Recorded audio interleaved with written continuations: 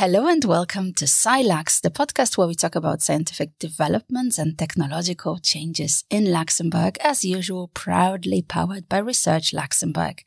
And in today's show, we have this time Tim Huber, who is Senior R&D Associate at LIST. Tim holds a PhD degree in Materials Engineering, and he conducts research in the area of novel bio-based and sustainable materials and product development. Tim, thank you very much for coming today. Thank you for inviting me. So LIST, as usual, is challenging me because we often talk materials with LIST and then it's a podcast, so we can't show anything. So it's on you to describe the materials well. You realize that because the listeners cannot see things. But yes, we'll be talking a lot about material science, of course, and materials and what you're developing at LIST and everything else. But of course, listeners already know I always like to set the scene and start with the basics.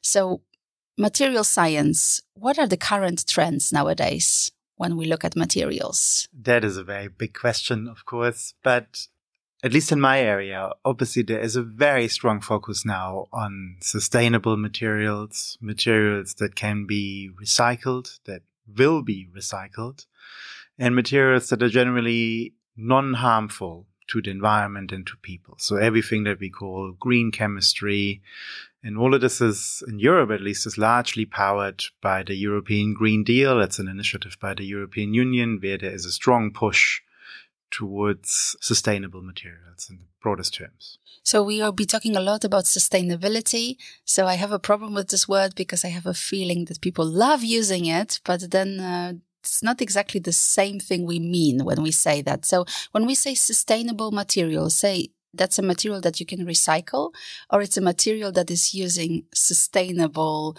materials to be created? I have the very same problem, and I often ask people what they mean when they say sustainable.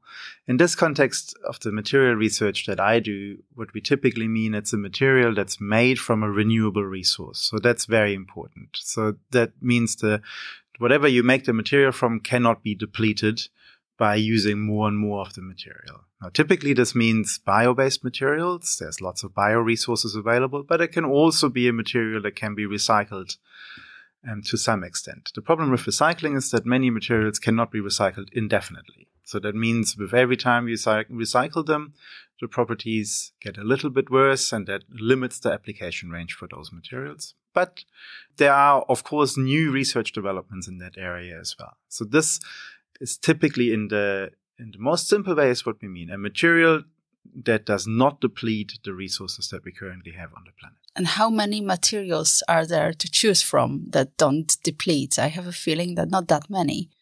No, that is not correct, I would say. So, for example, you asked me, to provide you with a pub quiz question. And my first question, not the one that I will ask, was what do you think is the most produced polymer? A polymer in the broadest term is what we call a plastic in the world. Do you have any idea what that might be? No idea. It's cellulose. So the world, as in nature, produces about 120 trillion tons of cellulose every year. So cellulose is the polymer, is the little building block that makes up every plant. So grass, wood, flowers, and so on. And we make paper from it, right? Everyone's very familiar. We make cardboard from it, but you can make loads and loads of different things from it. And we used to, before we started inventing man-made polymers, so things like polypropylene, polyethylene, and all the other slightly more complicated ones, we made a lot of stuff out of cellulose, and we can do that again. It's just a matter of price, of scaling, and potentially of optimizing the processing, right? And then there's other things that nature provides us with. There is a lot of animals. For example, they use a material called chitin or chitosan. So all insects, and we have a lot of insects, they make their outer shell out of this material chitin. All sea creatures that are not fish, they typically reinforce their shell with hydroxyapatite. That's a type of calcium. And again, those materials all have lots and lots of different properties, and they are available in abundance, So it's a matter of using those correctly and finding the right applications for it that's currently holding us back. It's not the availability of the material. So what you're saying is when we say plastic, it actually is not always bad. No, plastic is certainly not always bad. What's bad about plastic is the way we're using it. If you think about the COVID pandemic that we all had to live through, it would have been a disaster without plastic. Plastic is very useful for keeping food safe. It's very useful for single-use things like syringes and all of this. And this is incredibly difficult to make out of other materials. So for those, plastics are fantastic. What we're not doing very well is we're not sorting our plastic very well, and we use it for not long enough. A lot of effort goes into making a piece of plastic. I know it doesn't look like it. It often looks a bit flimsy and cheap, but it isn't, There's a lot of work that went into this. And then we use it for 5 minutes and then we throw it away. We don't think about it after we've thrown it away either. In Luxembourg, sure, we do a bit of recycling and people try very hard, I know. But the numbers of plastics that do get recycled is shockingly low. And so for this, it's a waste. We're wasting the plastic, but it's certainly not a bad material, not at all. So does it mean that we don't have the technology to use more plastic, or we just should use less plastic and throw it away? We should use it differently, I think. First of all, we should have clear recycling guidelines for every citizen so that you know what you need to do with the plastic. And I think Valalux is doing a good job in Luxembourg at trying to make it as clear as you can. But it's still complicated. Every day, maybe not every day, but often I see people in our canteen looking at their plastic container and not sure in which bin to put it, right? This is a problem we need to solve. What we also need to solve is, I guess, the way we are incentivizing the recycling. So for you and me, there is almost no difference if we put a piece of plastic in the rubbish bin or in the recycling bin. And the same, unfortunately, holds true for big companies, So they make no money off recycling their materials. And maybe we need to change that, Maybe it needs to be useful and valuable to recycle your materials rather than a punishable offense to not do it. People don't work very well. I think if you just punish them for doing the wrong thing, you need to give them the opportunity to do the right thing and make it easy for them to do so. And that is certainly things we can work on and we need to work on, but it will cost time and it will cost money. It's a big challenge. I even, remember that in the previous apartment where I lived, I think the biggest fights we ever had was about waste and bins and who throws what and where and how. And especially as we do have a lot of foreigners coming in, whenever you move countries, you actually need to learn once again what to do with each and every piece of waste that you're throwing away. Exactly. My mother-in-law my parents-in-law were over for Christmas. And they've been over a few times and they come from England and people do recycle in England, but they do it differently. And so, of course, nobody tells anyone off, but it takes a long time to realize which thing to put into which colored bin, because of course we use the same colors, but for different things in different countries.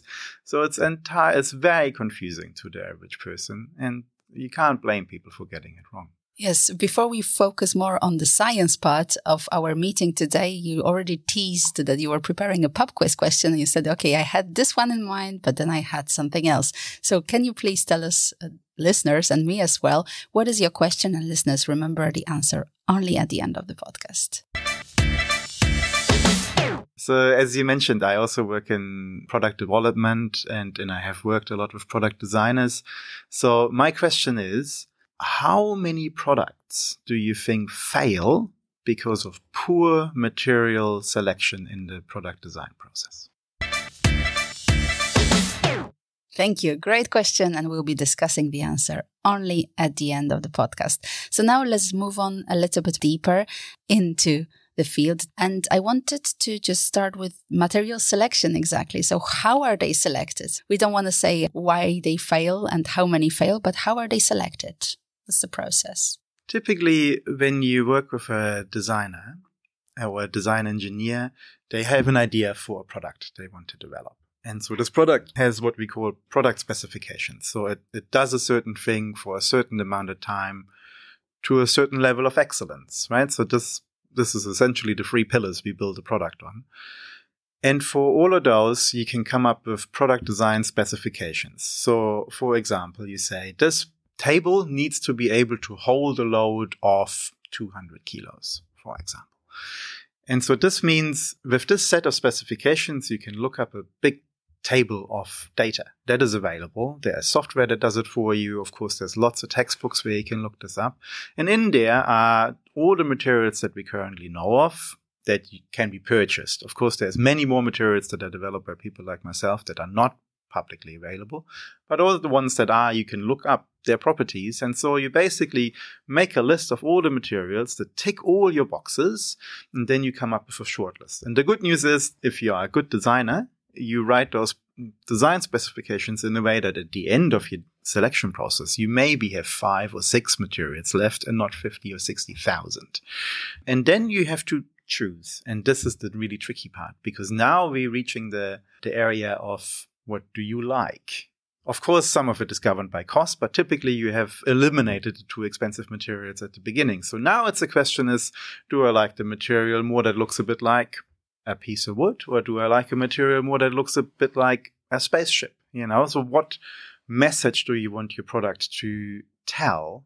What audience is it supposed to appeal to? All of those are decisions that are less easy to measure. And so for this, it's up to the designer to make the decision he or she thinks is correct. And is it the moment when you also try to, do some A/B tests or whatever you check with your future customers, or this is still in the hands of the designer? Typically, this is the point where you should at least do small scale testing. So you make different prototypes and you test those prototypes. So you give them to people, normally a select group. You observe how they interact with them. You ask them pointed questions and open questions to find out how they feel about the product as a whole. What do they like? What don't they like about it?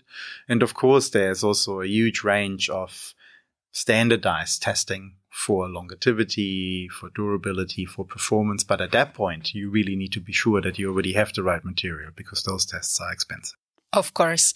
When I was reading one of your papers, I noticed 2 interesting features. Let's say one was desirability and the other one distinguishability. So what are they and why are you discussing it in material design? So this comes from the general idea, so this will be a slightly longer explanation, I'm sorry, that we found that with the materials that I work with, so bio-based materials and sustainable materials, they've been around for a while. It's not a new development. It certainly has gained momentum recently, but we've been trying to put those materials in the market for 20, 30 years or so. And the success is limited. Let's put it that way. And the question was, why is this? Especially now, if you ask Generation Z and the millennials, what do you care about? And they care about sustainability. And they say they're willing to pay more for sustainable materials.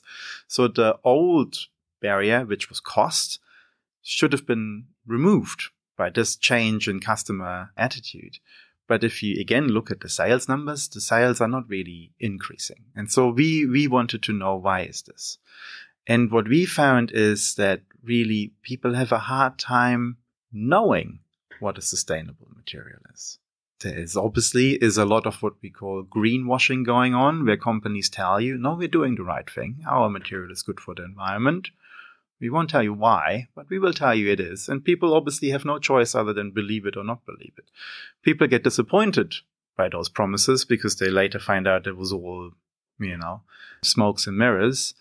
And so we wanted to find out, how can we help people with this? And so this is where those 2 terms come into place. So to make a material identifiable by a customer. So imagine you stand in a shop, or if you want an expensive product in a showroom of a car reseller, and you're interested in purchasing a new car, but you want one that uses and supports natural materials. Then the only option you have is looking at the material. Sometimes you can interact with the material, but if you do your shopping online, you can't even touch it, feel it, smell it. So you need to be able to look at the material and know that this material is a bio-based or sustainable material. So this is what we looked at. This is what we call the distinguishability. Desirability, then on the other hand, is, of course, knowing that the material is bio-based and sustainable doesn't make you want to buy the product that uses the material. The material also needs to look nice. It needs to feel nice. It needs to give you the feeling that this is the thing I want to spend my money on, not the other thing. Products are competing with each other every time somebody makes a purchasing decision.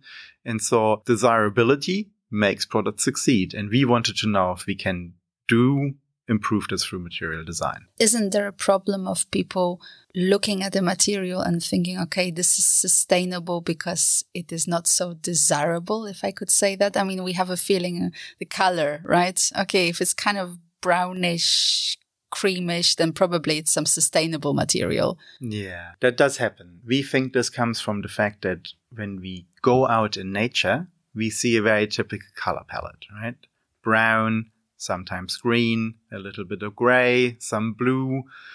But that's it. Well, if you look around you, if I look around us currently, I see bright orange, I see dark black, shiny things, glossy things.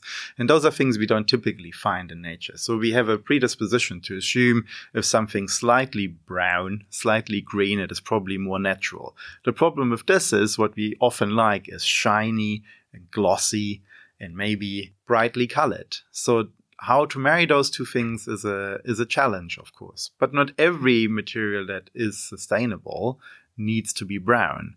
Not every material that is bio-based needs to look like it's been made from a hemp sack, So there is, of course, opportunities for a material engineer and a material designer to change the appearance of those materials at some point. But the question is, what do you make them look like for them to be appealing? I wonder if this is a decision that should be left to the engineers. And I think, and I don't want to insult my engineering friends, none of them are particularly interested in aesthetics. None of them are particularly interested in beauty and desirability. So maybe this is a decision we need to make together with other people. And that leads us to the question, can a sustainable material be beautiful? I think you're saying yes, absolutely. I say yes, absolutely, because I believe in my research. If you want to scrutinize this answer, then of course we don't know a lot of things yet, right? But what we have found is that when we ask people, we gave material samples to people, and you have to imagine it's a small square. So it doesn't have a particular shape. So we wanted people to really focus on the material, not on the shape it has, not on the product it will be used at. And we asked them, do you find this desirable? Do you find this natural? Do you find this beautiful? And we asked for other attributes as well. And we find, yes, we have some materials that are highly desirable and they're nonetheless fully sustainable, while others are very non-desirable. So there's a very interesting sample that we looked at, which is a material that was developed by a big car manufacturer. I won't say which one because it's not really relevant. And they invested years into developing this material. And so a typical problem that the engineers had when processing is if you add this fiber to the polymer and you process it and shape it, it means you have to heat it up. The fiber changes color. It turns from a lovely white to a darkish, dullish brown. It wasn't very good looking. So they invested a lot of money into optimizing the process to retain the original color of the fiber.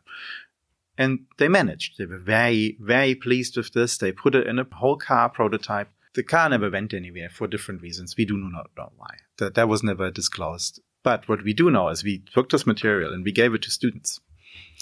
And we asked them, what does this look like to you? And the answers we got is, this looks like my grandmother's old sofa. This looks like frozen vomit. This looks like something a dog's chewed up. And if you're the engineer who spent years and years and probably millions of euros developing this material, this would be heartbreaking to you, right? But that's the reality. The consumer, the customer of tomorrow has those opinions about the appearance. So you have to be very careful to select the right appearance as well as the right properties. Not only that, but also what you said before, the fact that we tend to buy more and more online.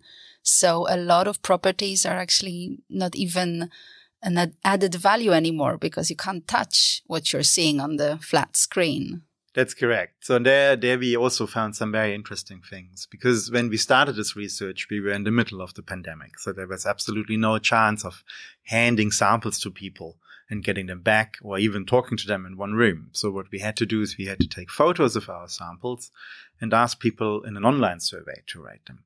And so one of the samples we used is a fiber called coir. Coir is made from coconut. So not the brown outer of the nut, but the green thing that is around that. So if you process this, it turns into a dark brown, very coarse fiber.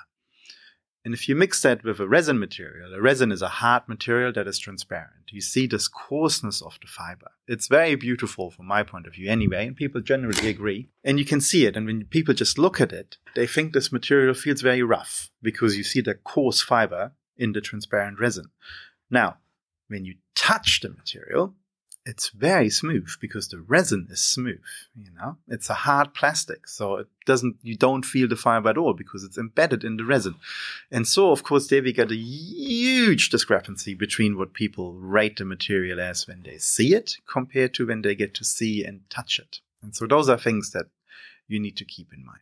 Of course. And then the shock when you order something and it actually is completely different. If you're terribly disappointed, you will never order this again, right? So this is a thing I think is probably currently underrated in the design process is what does the product look like online compared to how does the product look when you have it in front of you?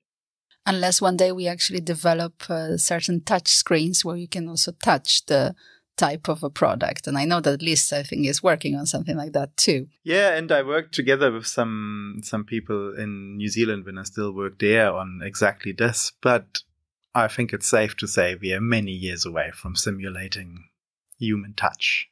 Yes, let's not go there. Then many years away. So maybe in many years' time, we're going to meet again and we'll be talking about that. But now let's focus on now and the materials. So you're very clear. I understood everything. But when you start reading about your research, there are a couple of different terms that I want our listeners to understand because you kind of use them interchangeably and sometimes not. And I really like the fact that you try not to use them so it's clear, but I still have to ask. So we're talking about polymers and we're talking about composites. So a polymer, in a very broad sense, is essentially just a very long chain of single units called a monomer. So a monomer, and it could be, for example, from a chemical point of view, a few carbon atoms combined with hydrogen atoms. If you string them up in a very long chain, you have made a polymer out of this monomer. And all plastics that we know are polymers. Not every polymer is what you would call a plastic, but the other way around it certainly stands true. And then within the realm of polymers, we typically distinguish between two types of polymers. There's thermosets. So that's a type of resin. Many people are familiar, for example, with epoxy resins or polyester resins. If you use super glue at home, this is a thermoset resin. So you mix two components, there's a little chemical reaction happening, the material sets, becomes hard, and you cannot change the shape of it anymore. The other type of polymer we often use are thermoplastics, and as the name suggests, those are materials that you can change the shape of when you heat them up. They have what we call a glass transition temperature. If you exceed this, they become very soft and malleable. And of course, they can also melt. And then you can really easily reshape them in any way you like. And so those thermoplastics are what we typically make our water bottles out of, our plastic trays, plastic cutlery, all those things. And those are also the ones that are much easier to recycle because we can just melt them again. And then when we talk about composites, what we typically mean here is a polymer that is reinforced by something, or if it's not reinforced, at least filled. The terms are slightly different because if we fill a polymer, what we mean is we use a particle. And for example, let's say sawdust. We can put sawdust into a polymer, then we have filled the polymer with sawdust. That changes the properties, but it typically doesn't improve the properties much. What you do is you save the polymer and you use a material that is otherwise waste. So you're reducing the cost. You're changing the appearance because it'll look a bit more like wood than it does like plastic, but it hasn't really improved anything. While if we reinforce a polymer, then we add typically fibers. Fibers are much stronger typically than the polymer itself, and so when you add the fibers, the material as a whole becomes a composite as a fiber reinforced polymer. And so those are typically used in where we have materials that need to carry at least some weight, withstand some form of loading, and this goes up to very high performance composites. For example, wind turbine plates are often made now from carbon fiber or glass fiber reinforced thermosets. Wow, I understood. I'm so happy. It took me quite some time to understand these. And now, without reading, I finally get it. So I'm really happy. But there's one more term I found, and I didn't get it in your description. There's something about the matrix stage of forming a biocomposite or composite? Yeah, so what we call a matrix is essentially the material that surrounds the filler or reinforcing agent. So in the scenario I described, the matrix is always the polymer, and the fiber is then the fiber, or could be a particle like a sawdust. So now that we know what composites are, and biocomposites in your case, for you, what is an ideal biocomposite? Oh, what a difficult question to answer. I don't think there is such a thing as an ideal material. Materials are agnostic, right? Materials need to do the job they were selected to do. What I would like to see more of course, are biocomposites that highlight the fact that they are biocomposites. So coming back to the car industry, they have been using biocomposites. And when we say biocomposites, what we typically mean is a biological material put into a polymer that is not natural. So typically a thermoplastic, but could also be a thermoset that is reinforced by a natural fiber. In Europe, it's often flax, or filled with, for example, a wood-based particle. Those biocomposites have been used for a long time, but often you wouldn't know. You would sit in a car, and it could be that many of the parts around you, of the panels and the doors, for example, are made from a biocomposite, but you didn't see it because the manufacturers were worried that if people see it, they would not like it.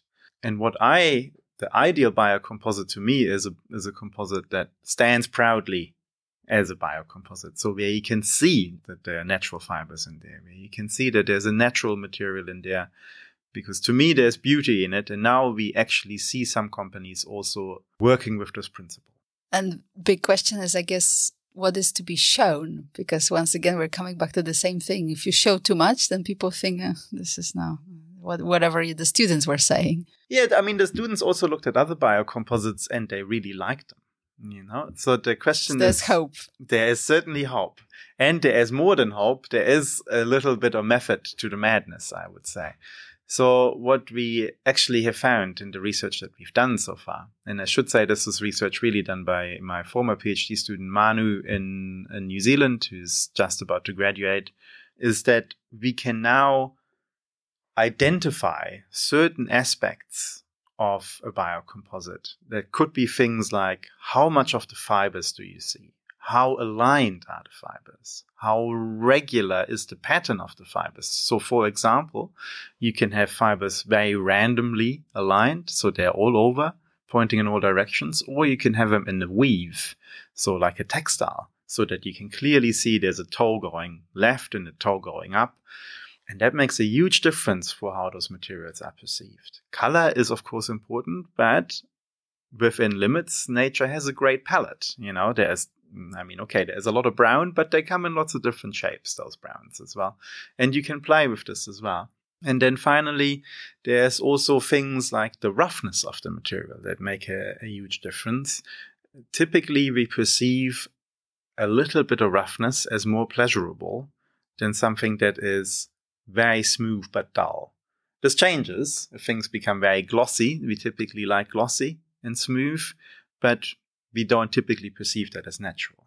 So it's a question you'd have to figure out for the application you have in mind, which of those combinations you want. But with, I'd say, about 75 to 90% accuracy, we think we can predict how a material will be perceived based on the attributes of that make up the material. I guess my listeners can already notice that you are kind of in between two different worlds, right? So we're discussing material science, but we're also discussing a lot of product design. And it's because before LIST, you worked at the School of Product Design. So you kind of crossed the Rubicon in a way, right? You were on the other side. So just tell us a little bit about that experience. How was it? And do you miss that? How is it now with being more on the engineering side? It was certainly mind-blowing in the best possible way, and maybe also sometimes in difficult ways. Designers and engineers, they use a very different vocabulary. So when I talk to an engineer, things are fairly straightforward. We use the same terms to mean the same things. We all think more or less along the same lines. So conversations typically are easy unless, you're discussing details and technicalities. While with a designer, Designers think differently. They look at the world differently to an engineer. And so it is a challenge to understand this. But you have to, otherwise you cannot have a conversation.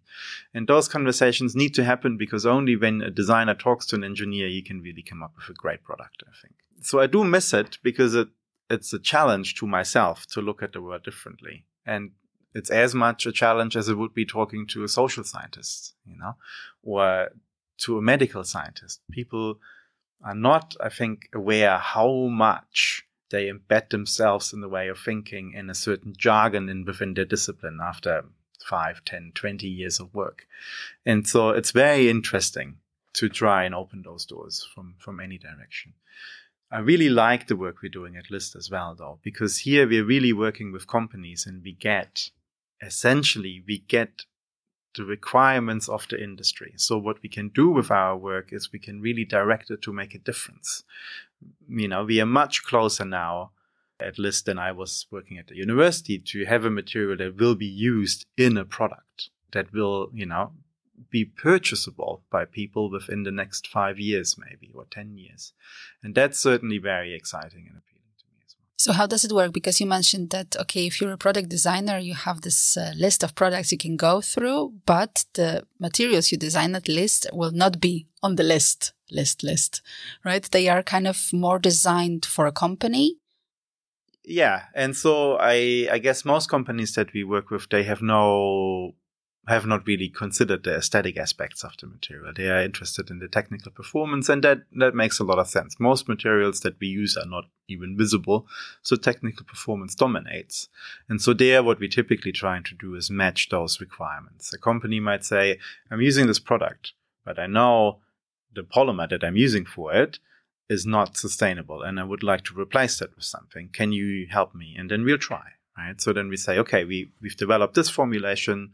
If we change this, add this, process it in a certain way, we're getting very close to the property profile you want, and then you could pick this material up and use it instead of the one you've been using so far. While those designers, when they select the material, the big problem is they do not know that those novel materials exist, right? And there is a lot of work going on into developing new materials. There is thousands of them being developed every year. But yes, the problem is the designers do not know they exist. The designer, like many other people in many other professions, while surely open-minded, are also conservative. They like to use what they know does work. And so when they see a new material, many of them are a bit skeptical about, well, does that really do what I wanted to do? Yeah, it looks cool, but can we process it the right way? Can we shape it in a way that we want? And so those are still big barriers to material adaptation. And that's before we even think about the price. It's just you need to make the material attractive. You need to make them interesting to people. And that does not happen currently. And I guess it's also a question of, innovation.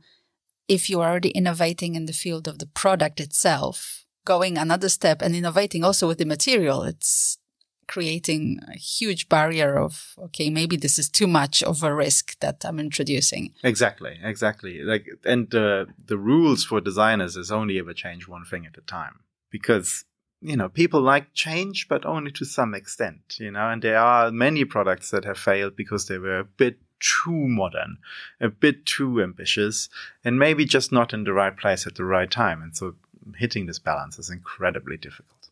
And I guess this leads us to the failure that we discussed at a certain moment in the pub quiz question, right? So, Tim, can you remind us what the question is and then give us the answer? So my question was, how many products do you think fail because of poor material selection? And the answer to this is up to 65% of developed products fail because the materials used for them was not selected correctly. Now, this is not only related to aesthetics. A very small portion of that is, of course, related to aesthetics. But nonetheless, it stands true that if you are designing a product and developing a product, you need to think very carefully about the materials you're using for this. So is it because the properties were not tested correctly? The people who created the material claimed something that was not true? Or what's the discrepancy? That is certainly some of the reasons. I think what often happens is, for example, that some properties are not tested for at all. And that might be because there are no standardized tests for it. So many products, if I look at your drinking cup, for example, it's very organically shaped. It has nice curvature. And that makes it very difficult from an engineering point of view to predict exactly where this material that's used for it will fail.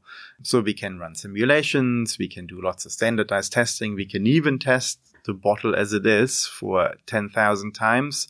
But again, as I mentioned before, those are very expensive tests. And sometimes you just don't have the capacity to do those in advance. So you look up the standard properties and you think it's probably going to be okay. And then maybe you'll find out it isn't.